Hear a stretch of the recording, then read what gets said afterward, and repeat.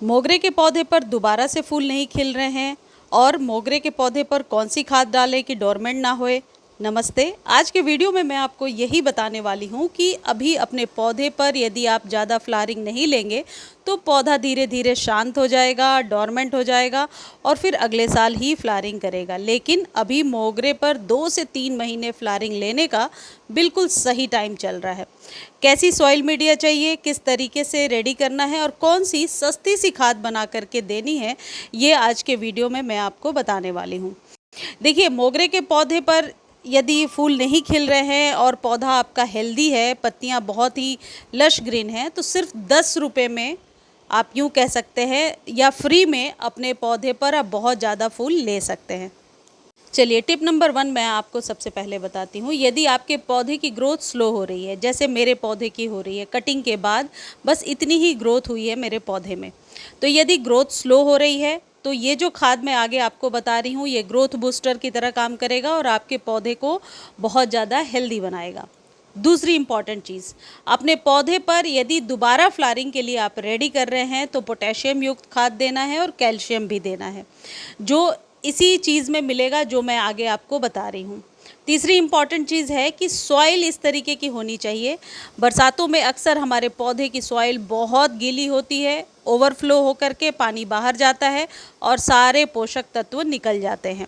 आपको क्या करना है, जिस दिन भी आपको खाद देना है उसके एक दिन पहले अपने पौधे की अच्छे से गुड़ाई कीजिए। इससे क्या होगा कि मिट्टी अच्छे से सूखेगी और अब आप इसमें जो भी खाद डालेंगे वो जड़ों तक बहुत आसानी से पहुंच जाएगा और फंगस लगने के चांसेस भी नहीं रहेंगे। अगली सबसे इम्पॉर्टेंट चीज़ है कि फीड किस तरीके से करें, कौन सी वो खाद दें जो पौधे पर तुरंत असर करे। ये जो चीज़ मेरे हाथ में है ये आप सबको दिख रहा होगा, समझ में भी आ रहा होगा कि इसे क्या कहते हैं। काउडंग केक बहुत आसानी से 10 रुपीज़ में आपको नर्सरी पर भी मिल जाएगा, ऑनलाइन मिल जाएगा और कहीं गांव में रहते हैं तो ईज़िली एक्सेसिबल है, ईज़िली आपको मिल सकता है। ये खाद बताने के पहले मैं आपको एक और चीज़ बता देती हूँ। यदि आपके पौधे पर इस तरीके से कलियाँ सूख रही हैं तो इन कलियों को मैनुअली तो हटाइए, लेकिन साथ ही साथ वहाँ पर पिंचिंग ज़रूर कर दीजिए। जैसे कि देखिए, मैंने मैनुअली हटा लिया तो इस जगह पे फ्लावरिंग तब तक नहीं होगी जब तक कि कट करके नहीं हटाऊँगी। यदि मैनुअली तोड़कर हटाती हूँ तो फिर अगल बगल की कलियाँ डिस्टर्ब होगी, तो सीजर्स की सहायता से इसे कट करके आप हटाइए। हर एक फ्लावरिंग के बाद मोगरे पर पिंचिंग करने से ही आप फूल ले पाएंगे, नए फ्लावर्स, नई कलियां ले पाएंगे, क्योंकि मोगरा हमेशा नई ब्रांच पर ही फ्लावरिंग करेगा। भी यदि आप 3 से 4 गमलों के लिए तैयार कर रहे हैं इस खाद को, तो 2 से 2.5 लीटर पानी ले लीजिए और उपलों को उसमें डाल दीजिए, यानी कंडे, उपले, काउडंग केक जिस नाम से आप जानते हैं उसमें डालिए। कम से कम 4 से 5 चम्मच चाय पत्ती डालिए। ये यूज टी लीफ है, इसे आप ड्राई कर लीजिए। चाय बनाने के बाद जो चाय पत्ती बचती है ये वही चाय पत्ती है, इसको धोइए, सुखाइए और उसके बाद इसी कंडे में डालिए। एक और चीज़ है जो आपको ऐड करना है, उसके पहले इसके बेनिफिट्स क्या हैं वो मैं आपको बताती हूँ। ये जो खाद बनाने का तरीका है बहुत ही पुराना है, बहुत ही ट्रेडिशनल है, काफ़ी सालों से चला आ रहा है। ये जो लिक्विड बन के तैयार होगा इसे कंपोस्ट टी कह सकते हैं। हालांकि कंपोस्ट टी बनाने के बहुत सारे आप कह सकते हैं तरीके हो सकते हैं, लेकिन ये एक कंप्लीट खाद है। ये माइक्रो न्यूट्रिएंट की तरह आपके पौधे के हर एक ब्रांच को, हर एक स्टेम को, लीफ को हर तरीके से फ़ायदा पहुंचाएगा। और इसके बारे में आप लोगों को बहुत पहले से भी पता होगा कि ये किस तरीके से हमारे पौधे को मल्टीपल तरीके से फ़ायदा पहुंचाता है। ये जो चाय पत्ती है ये ग्रीन लीफ के लिए हमेशा रिस्पॉन्सिबल है और चाय पत्ती डालने से मोगरे के पौधे में रिज़ल्ट हमेशा ही बेहतर देखा गया है, पत्तियां हरी हरी निकल करके आती हैं। अब एक चीज़ आप इसमें ऐड कर सकते हैं और वो है बनाना पील वाले फर्टिलाइज़र को।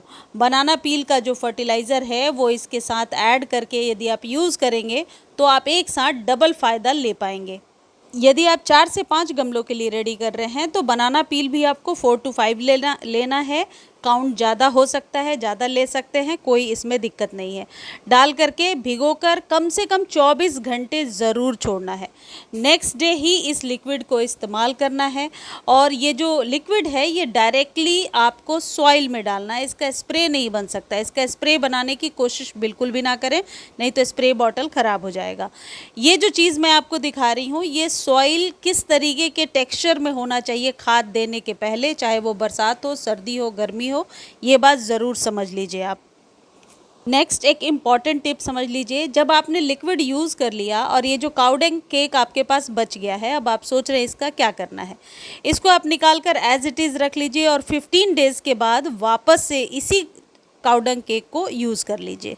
नेक्स्ट डे जब आप इस लिक्विड को यूज़ करने जाएंगे तो उसकी कंसिस्टेंसी कुछ इस तरीके की होगी। यदि आप क्वांटिटी को लेकर परेशान हैं कि कितनी मात्रा में हम लेंगे, कितना लिक्विड डालेंगे एक पौधे में, तो देखिए जितनी भी आपके पौधे की रिक्वायरमेंट है, कहने का मतलब मिट्टी में अच्छे से तर हो जाए इतना डालना है। यानी भर के 1 ग्लास यदि हम डालते हैं 8 इंच के कंटेनर में तो इस तरीके से भर जाता है।